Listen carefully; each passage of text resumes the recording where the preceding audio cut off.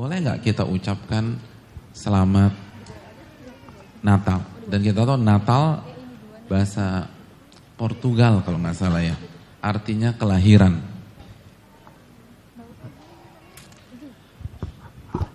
Poin yang pertama. Saya ingin tanya sama antum misalnya. Kalau ada, misalnya antum udah married nih.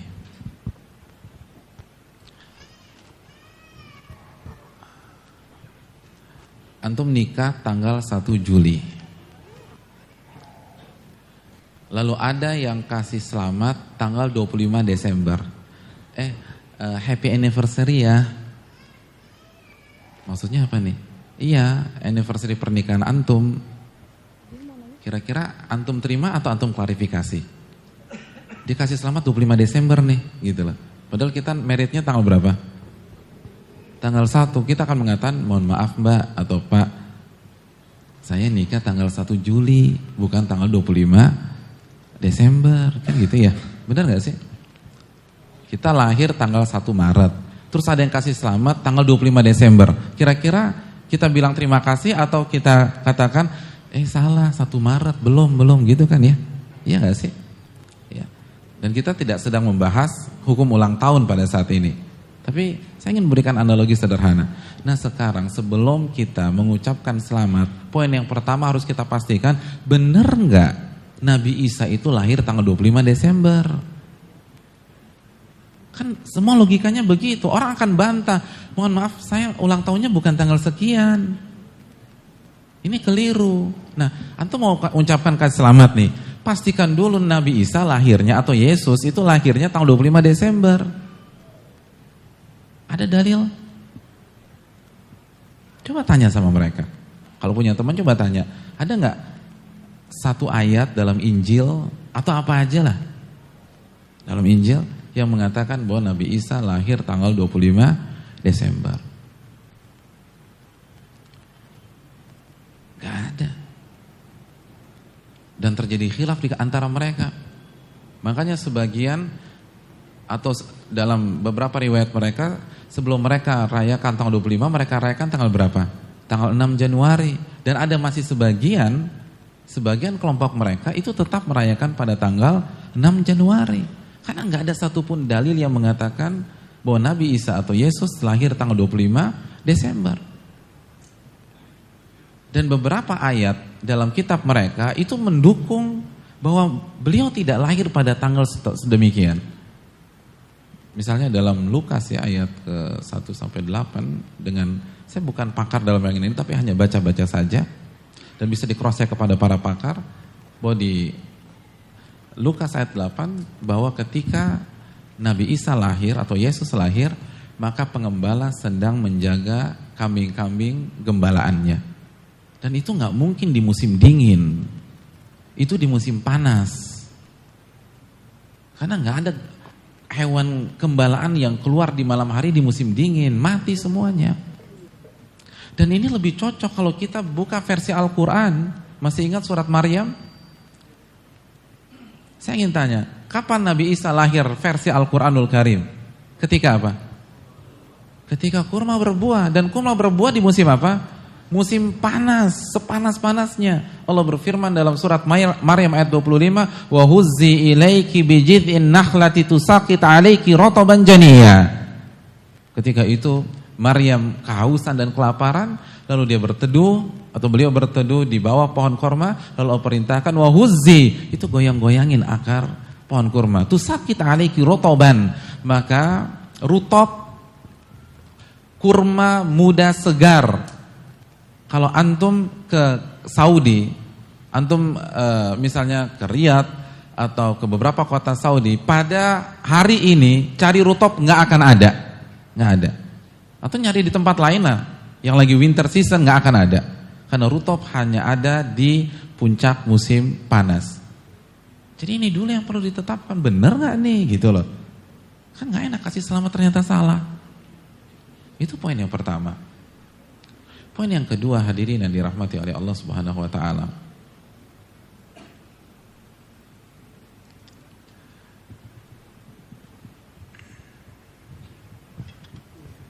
Ustaz, apa Ustaz nih? Belum. Belum Ustaz. Nanti. Oh, belum selesai? Belum. Oh, siap. Mau ditutup ya kajiannya?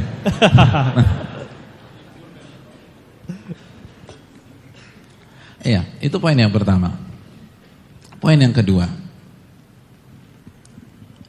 Anggap saja benar beliau lahir tanggal 25. Dan tadi kita jelaskan, ini bertentangan dengan akidah yang dijelaskan oleh Allah dalam surat Maryam ayat 25. Jadi dari tanggalannya ini udah gak sesuai dengan keyakinan kita. Karena kita meyakini apa yang dikatakan Al-Quran itu benar apa keliru? Benar. Dzalikal kitabu la raiba fihi hudal lil muttaqin. Apa yang ada di kitab ini gak ada keraguan sama sekali. Dan Allah katakan ketika kurma berbuah. Walaupun Allah tidak sebut tanggal. Itu poin yang pertama. Poin yang kedua, hadirin yang dirahmati oleh Allah Subhanahu wa taala, bahwa sekali lagi konsep kita dan mereka dalam memahami Nabi Isa itu berbeda. Berbeda. Mereka meyakini dengan konsep Trinitas, sedangkan kita Qul huwallahu ahad, Allahus samad, lam yalid walam yulad, tidak melahirkan dan tidak dilahirkan. Walam yakul lahu kufuwan ahad. Dan tidak ada yang serupa dengan Allah. Maka ini yang perlu kita camkan. Kita meyakini bahwa hal tersebut atau perayaan nanti sebuah kesyirikan. Karena membuat Allah menjadi tiga menjadi satu. Bagaimana mungkin orang yang meyakini lam yalid walam yulad bisa nyaman dengan mengucapkan hal tersebut. Itu poin yang kedua. Poin yang ketiga, hadirin yang dirahmati oleh Allah Subhanahu wa taala, toleransi dalam Islam itu harga mati, jelas. Allah berfirman dalam surat Al-Mumtahanah ayat 8, La yanhakumullahu 'anil ladzina lam yuqatilukum fid din wa lam yukhrijukum min diyarikum an tabarruhum wa tuqsitu ilaihim innallaha yuhibbul muqsitin. Allah tidak pernah melarang kalian berbuat baik kepada orang-orang kafir yang tidak memerangi kalian dan tidak mengusir kalian. Allah nggak pernah melarang kalian berbuat baik. Berbuat baik, Allah dukung. Jadi kalau ada orang Nasrani, orang Buddha, orang Hindu dan seterusnya, dia nggak ganggu, nggak boleh kita jahilin, nggak boleh kita zalimi. Kita harus berbuat baik. Dan Allah sangat sayang dan cinta kepada orang-orang yang suka berbuat baik. Ini jelas. Toleransi adalah harga mati. Namun sebagaimana ibadah-ibadah yang lain atau peraturan-peraturan yang lain ada batasnya, toleransi juga ada batasnya. Sholat ada batasnya nggak? Ada, maka toleransi ada batasnya. Besok ada orang yang mau sholat zuhur 7 rakaat, kira-kira boleh nggak? Nggak boleh mas, karena batas sholat zuhur, karena sholat zuhur itu ada batasnya 4 rakaat, nggak boleh jadi 7. Sholat aja ada batasnya, masa toleransi secara mutlak? Kan nggak mungkin. Ini poin. Poin yang ketiga, hadirin yang dirahmati oleh Allah. Saya terus terang agak bingung, dan kalau misalnya ada yang dapat data lebih, mohon saya dikasih masukan dan saya dikoreksi. Ada sebagian pihak atau saudara-saudara kita, semoga Allah SWT memberikan hidayah kepada kita semua, itu mengatakan masalah ini khilaf para ulama. Lalu membawakan beberapa tokoh kontemporer tentang masalah ini, bolehnya mengucapkan selamat Natal. Jadi ada sebagian pihak, semoga Allah memberikan hidayah kepada kita dan kepada mereka, dan memberikan petunjuk bagi yang keliru dalam masalah ini, mungkin kita atau mereka, menukilkan 1-2 tokoh di era kontemporer yang membolehkan, dan mereka minoritas, cuma 1 atau 2 atau 3 minoritas, lalu mengatakan ini masalah khilaf, dan masalah khilaf harus toleransi. Masalah khilaf harus toleransi. Hadirin yang dirahmati oleh Allah Subhanahu wa taala. Perlu kita camkan, bicara masalah khilaf bicara tentang ilmu usul fikih. Dan ada kaidah dalam ilmu usul fikih, laisa kullu khilafin ja'a mu'tabara illa khilafun lahu hadzun minan nadhari. Tidak setiap khilaf itu ditoleransi. Tidak setiap khilaf itu dianggap. Khilaf itu perbedaan ya. Tidak setiap khilaf itu toleransi atau perbedaan. Toleransi atau dianggap. Hanya khilaf yang punya data yang kuat. Dan ini konsep bisa dicek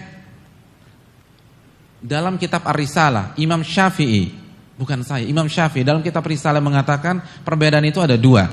Ada yang harus disikapi dengan tegas, ada yang dibuka ranah toleransi. Dan ini konsep kita di dunia. Di kehidupan, dalam kehidupan kita sudah terima tuh bahwa tidak setiap perbedaan itu disikapi dengan tegas, tapi tidak setiap perbedaan toleransi. Benar gak sih? Antum dalam hidup antum, di keluarga, di kantor, konsepnya begitu gak? Saya akan berikan analogi sederhana. Apabila ada keluarga nih, ada satu keluarga makan malam di restoran Padang. Makan malam di restoran Padang. Lalu sang ayah pesan kepala kakap,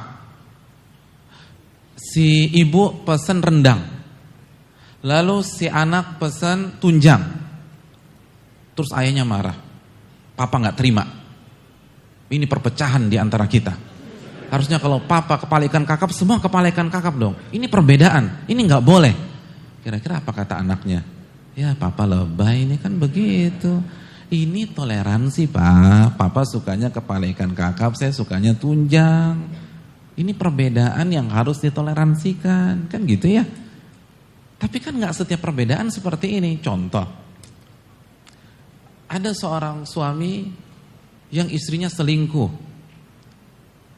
Dan selingkuhannya vulgar. Pas pulang abis kencan ngedate di mana, dianterin ke rumah sambil dipeluk, terus cipika-cipiki sebelum tuh istri masuk rumah. Kira-kira suaminya marah nggak?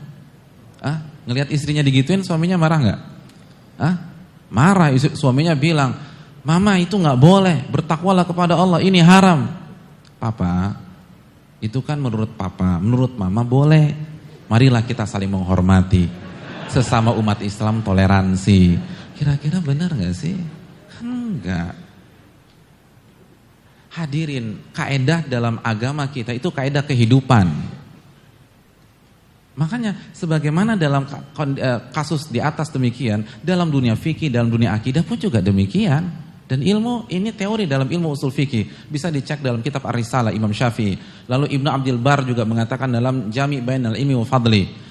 Lalu dijelaskan Ibnul Qayyim dalam I'lamul Muwaqqi'in dan para ulama-ulama yang lain. Nah, sekarang apakah benar ini masalah perbedaan? Apalagi yang dibawa perkataan sebagian tokoh kontemporer. Hadirin, harusnya kan masalah ini simpel ya. Saya ingin tanya, mengucapkan selamat Natal ini masalah kontemporer atau masalah klasik? Sekali lagi saya tanya, mengucapkan selamat Natal, dan ini inti dari jawaban saya. Kalau tadi pembukaan, ini intinya. Masalah mengucapkan selamat Natal, ini masalah kontemporer atau masalah klasik? Saya ingin tanya, kapan pertama kali Natal itu diselenggarakan? Nanti antum cek ya. Ada khilaf. Ada yang bilang 336 Masehi dan seterusnya. Tapi secara umum sepakat tanggal 4 abad 4 Masehi. 300-an lah, 300-an Masehi. Mereka menyelenggarakan peringatan Natal. Saya ingin tanya, Nabi kita lahir di tahun berapa Masehi? 571 Masehi. Ingat, Nabi lahir 571 Masehi. Pertanyaan saya, berarti ketika Nabi Muhammad bin Abdullah SAW menjadi seorang Nabi dan Rasul, itu sudah ketemu Natalan atau belum? Natalan tadi kapan? Ya, abad keempat Masehi. Nabi kita 571 Masehi. Berarti ketika Nabi menjalani kehidupannya sebagai seorang Nabi dan Rasul selama 23 tahun, itu tiap tahun ketemu Natalan. Iya gak sih? Jadi ngapain cari pendapat para ulama? Langsung cek aja ke sumbernya. Kalau Nabi ucapkan selamat Natal, besok kita semua mengucapkan selamat Natal dan harus hukumnya. Tapi kalau Nabi tidak ucapkan selamat Natal, saya ingin tanya, atas nama toleransi, siapa yang lebih paham toleransi? Nabi kita atau kita? Simpel aja. Kenapa dipersulit sih sampai buka-buka buku-buku? Ini kan bukan masalah kontemporer. Kalau masalah kontemporer memang ribet. Tapi ini masalah klasik.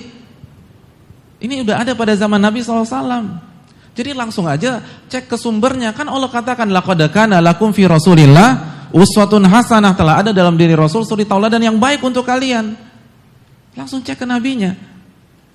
Fa inna asdaqal hadits kitabullah wa khairul hadi hadyun Nabi Muhammad sallallahu alaihi wasallam. Nabi mengatakan sebenar-benar ucapan adalah firman Allah dan sebaik-baik petunjuk, dan salah satunya petunjuk dalam masalah toleransi adalah petunjuk Nabi sallallahu alaihi wasallam. Cek, kalau Nabi mengucapkan selamat, lusa kita ucapkan selamat. Simpel aja kan, enggak, kita bukan cari menang-menangan. Kita enggak ingin menjatuhkan siapapun, tapi kita sedang bicara kebenaran.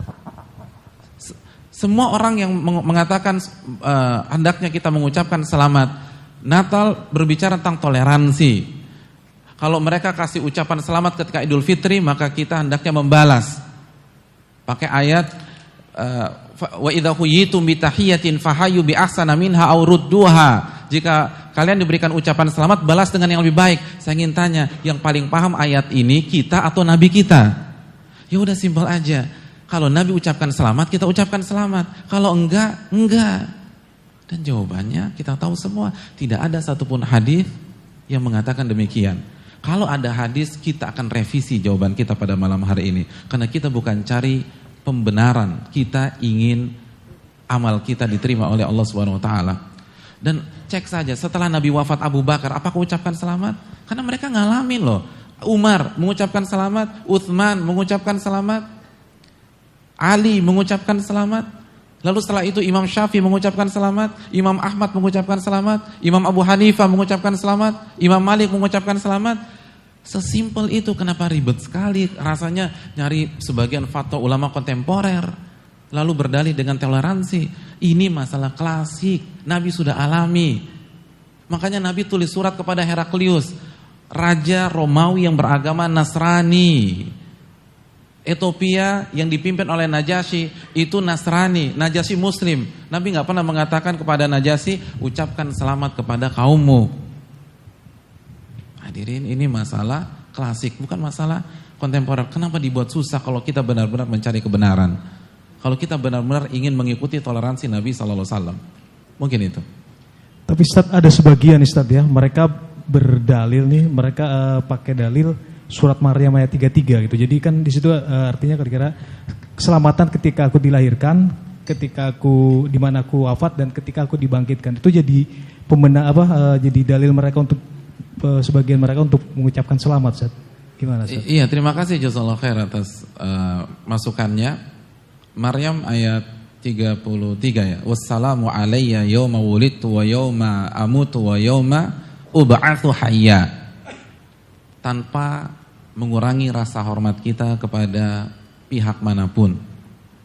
Tapi pertanyaan saya simpel, yang lebih paham ayat ini Nabi kita atau umatnya? Itu jawabannya. Yang paling mengerti tafsir ayat ini Nabi kita atau umatnya? Siapapun dia, tanpa kita ingin mengurangi rasa hormat kita kepada beliau-beliau tersebut, Nabi paling tahu. Kalau ini adalah ayat untuk mengucapkan selamat, yang pertama kali meng-SMS, yang WA, BBM dan seterusnya, atau pasang status, itu Nabi kita SAW. Kan sesimpel itu. Ini bukan masalah kontemporer, ini masalah klasik. Masalah klasik. Kenapa dipersulit? Kalau kita benar-benar jujur, ikhlas, kenapa dipersulit? Ulama mengatakan, kalau Anda benar-benar jujur, semua mudah. Yang bikin kita ribet itu karena kita punya kepentingan. Dan semoga itu nggak terjadi di tengah-tengah umat Islam. Dan kita berhusnuzon kepada semua pihak. Tapi kita ingin katakan, ini masalah klasik, bukan masalah kontemporer. Nabi yang pertama kali mengalami, dan tidak pernah ada turun wahyu, dan malaikat Jibril ingatkan untuk memberikan selamat kepada Heraklius, kepada orang-orang di Ethiopia, dan orang Nasrani yang berada di lingkungan Nabi kita SAW. Mungkin itu.